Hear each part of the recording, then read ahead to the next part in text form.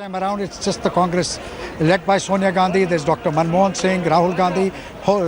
She was flanked by Mr. Ghulam Nabi Azad, the leader of the opposition in the Rajya Sabha. There were also people like Mr. Ajit Jogi, who was on a wheelchair. There was Mr. Motilal Vora. He's touching 90 now. He's amongst the senior most surviving congressmen. He was helped along on both sides by Dr. Sanjay Singh and one other MP I couldn't recognize from a distance. They're walking up Rajpath. They will soon reach the Rashtrapati Bhavan at 5 o'clock. The Congress President, along with Dr. Manmohan Singh, Rahul Gandhi and a host of the leaders will be allowed to meet the President. They are expected to present a memorandum to the President asking for his intervention right now, and they are being followed by a whole posse of policemen. They've been hemmed in from three sides. They're walking in the middle. Obviously, there are huge security concerns. But okay, Javed, just stay with me. We're just getting in Mallikarjun Kharge, who is speaking right now. Let's just listen in.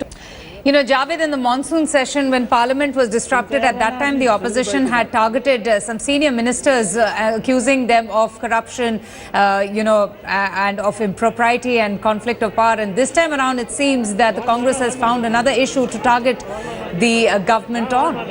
Yes, absolutely. If this is any indication of things to come, then you can rest assured this will be one of the primary issues on which the opposition, principally the Congress party, will try and haul the government over the coals.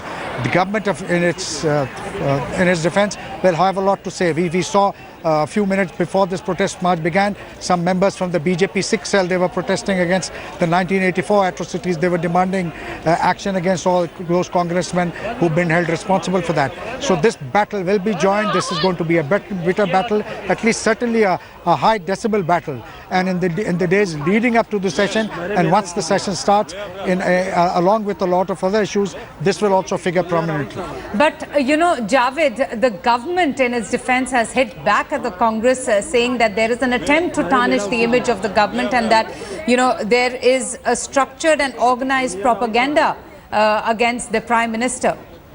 Well, certainly the government and the BJP are not going to sit back and just absorb punches. They're going to hit back. Like I was saying, there was a minor demonstration. We saw the Prime Minister yesterday talk of the 1984 riots, and more will be heard of this because there's a lot that BJP believes they have to say about the Congress and the Congress party's track record. The Congress, once the session starts, will be joined by the left, the JDU, members of the RJD, and all the other non-BJP parties who will join hands and try and target the government on this issue. Javed, yes. Unfortunately, neither side appears to be addressing what is needed at the moment is for temperatures to cool down, for Sena heads on all sides to sit together and try and diffuse the situation, because this is doing nobody any good. It might be doing people, allowing them to win some political brownie points, but as far as the people are concerned, it is doing them no good. Right. We were getting in some reactions. We just were getting visuals of Amrinder Singh speaking to our reporters. If we have that reaction, maybe we can just play that out. All right, we'll come to that a little while later. Javed, just coming back to, what we were talking about. And there has been unprecedented rebellion by India's literary talent. But there's also a question about some of the writers and historians' political leanings. Well, certainly some of them have a track record of opposing Mr. Narendra Modi, of being opposed vehemently to the BJP. There are people who've been very vocal even in the run-up to the 2014 election. So perhaps they've joined the fray. But to just tar this whole or to tar everybody with the same brush is also perhaps not proper. While there are some people who are politically motivated, there are people who are genuinely concerned, who are speaking out of genuine concern.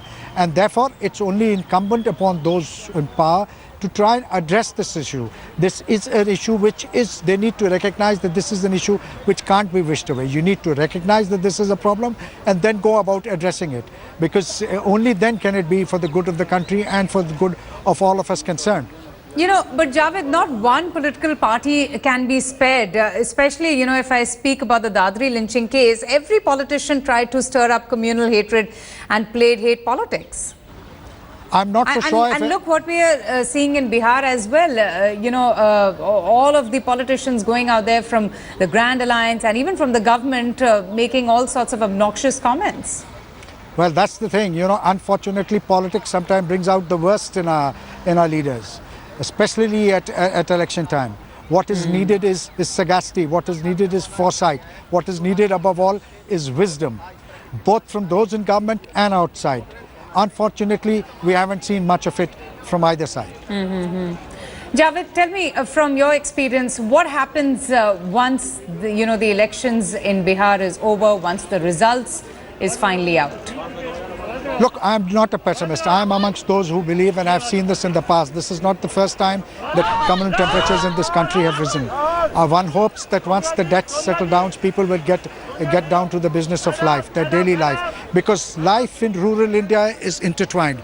Communities live cheek by jowl. They live together. They are a part of each other's lives, and therefore they've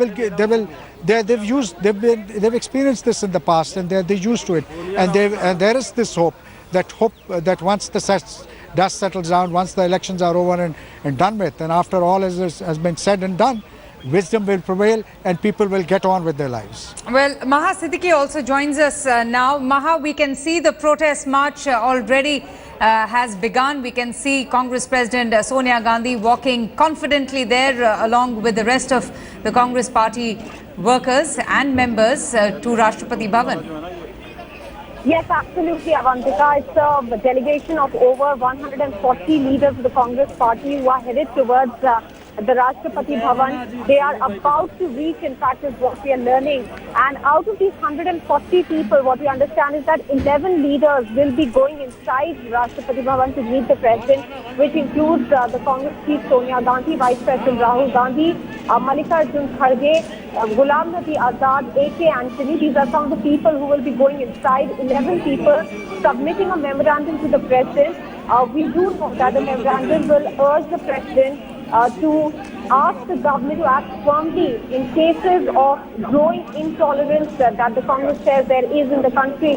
The Congress is now beginning to take a lead in this entire movement, which has so far been, spread all across from intellectuals to filmmakers, authors. So Congress, of course, using it politically also at this point, Avantika, because this is the last lap also of the Bihar elections, we must remember. Yes. And this is just the right time for them to pick on this issue of growing intolerance in the country. But many would also view it as the opposition, politicizing the entire matter in the first place.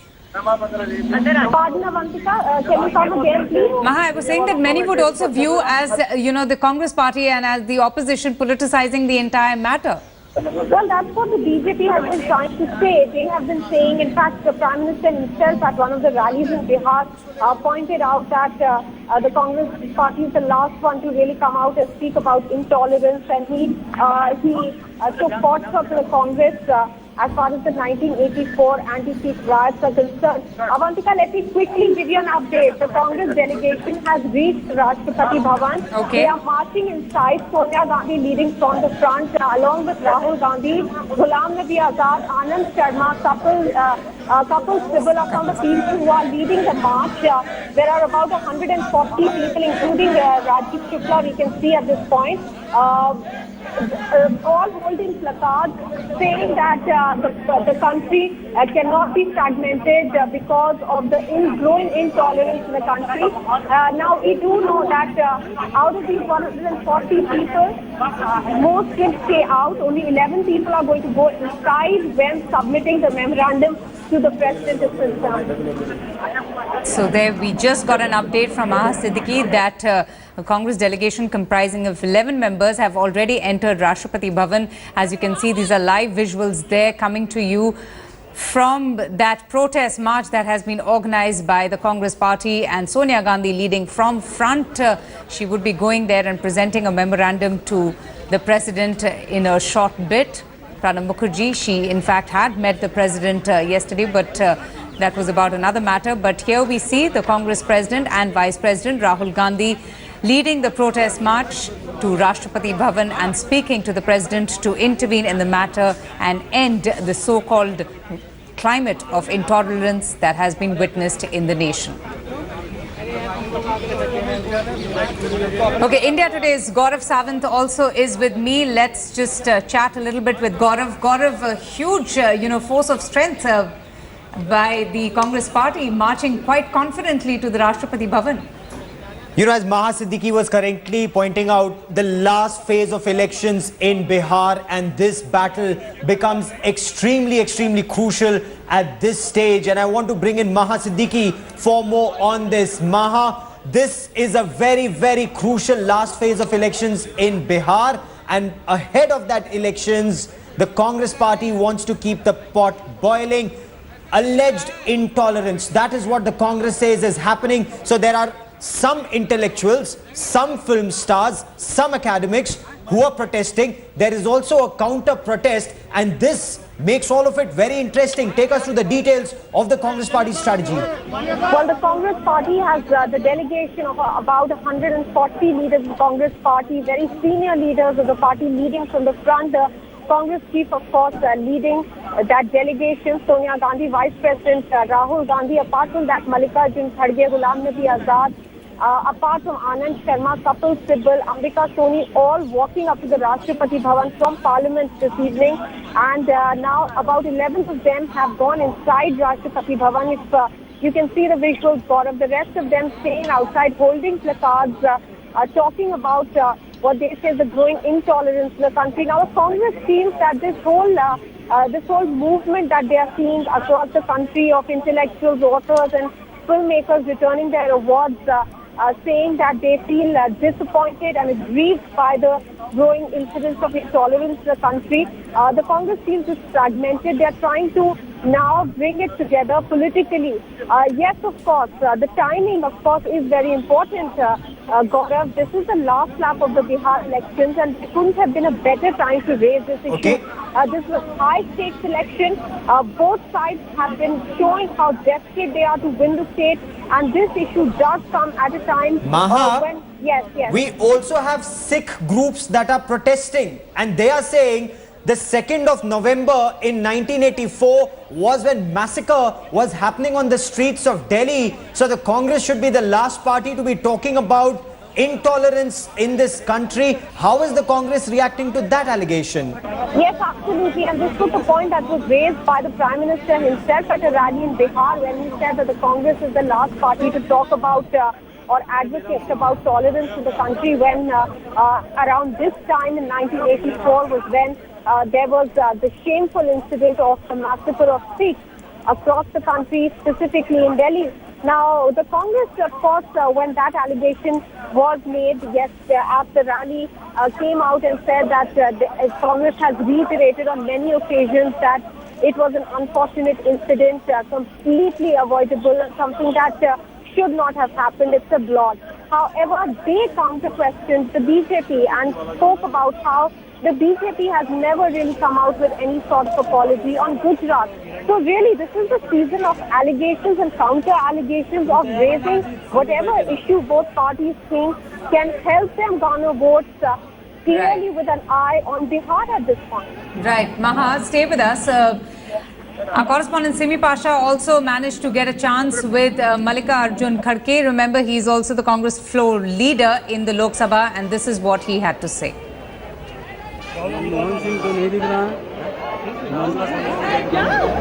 Congress leaders here marching up to Rashtrapati Bhavan, lodging their protest against growing intolerance in the country. We have Mr. Mallikarjun Kharge here with us. ಈಗಾಗಲೇ ತಮ್ಮ ಹೇಳಿಕೆಯನ್ನು ಕೊಟ್ಟಿದ್ದಾರೆ. I have to. So will you be presenting a memorandum to the... Yes. So what is the action against you in Parliament? No, the madam will represent there. She will read.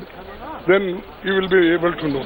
So can you take us to some of the points that are being made by the Congress president in that memorandum? Yes. That will be known only there. They have told because. All right.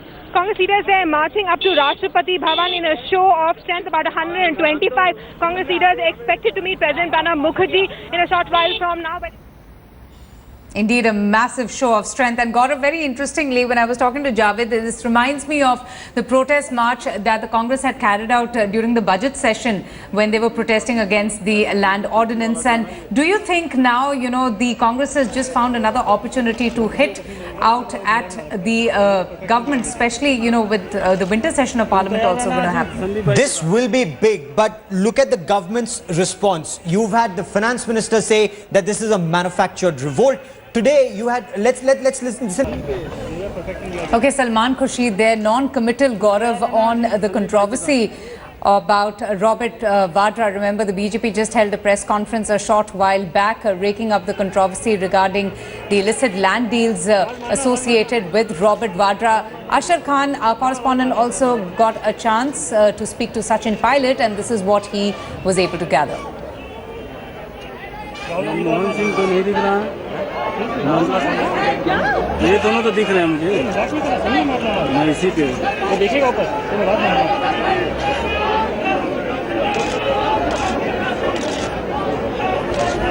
Okay, we'll try and get that reaction in just a short bit. But interestingly there, Gaurav, no comments on Robert Vadra and the Congress party focusing on their strategy to just rake up the matter of the growing intolerance in the country and continuing with their protest march. Salman Khurshid very cleverly sidestepped the issue. That's the BJP's big charge on the Gandhi family, and many see Robert Vadra as the Achilles heel, especially his land deals. Now there's a new land deal that the BJP is talking about in Bikaner in Rajasthan. But that's the issue, as you correctly pointed out, Salman Khurshid very cleverly and clearly sidestepped. Now, Ashar Ahmad Khan, my colleague, spoke to Sachin Pilot. Let's listen in. We are in the march to the President's house. Joining me now is the President of Rajasthan Congress, Mr. Sachin Pilot. Sir, once again a march is going on. What exactly is expected? You see, there is a growing feeling amongst most people in India that this government is not taking enough action against people who are dividing our society. So people who are returning their awards, a sense of insecurity is being prevailing in the country, and the people in power haven't taken the right steps to curtail that. So to say that they're anti-BJP is wrong, because these people didn't return their awards when Vajpayee was Prime Minister. So instead of accepting the fact that there is a problem in the system and they need to correct that and suppress these voices, they're saying that they're all Congress ideologues, which is untrue. These people have been critical of the Congress party also. We as Congress are responsible as a political party to make sure that we raise the pertinent issue. But this growing sense of intolerance is, I think, doing us more harm than good. If the agency like Moody's is saying that the intolerance level needs to be curtailed, so the people in power need to speak out against this. But what are you going to tell the President? Well, we are signed a petition. Congress President and Rahul Gandhi are all meeting senior leadership, because there is a sentiment prevailing. It's not about the Congress party. The feeling of insecurity, intolerance is increasing every day. And the people who are sworn to protect the Constitution are doing a lip service instead of taking strong action. And there is a great shadow of power that is helping and supporting such elements in our society. Thank you so much for speaking to us. That was Mr. Sachin Pilot speaking to us. Maha, the Congress has started this protest march in the backdrop of, the protest that has been expressed by India's intelligentsia. They have voiced their dissent against the so-called climate of intolerance.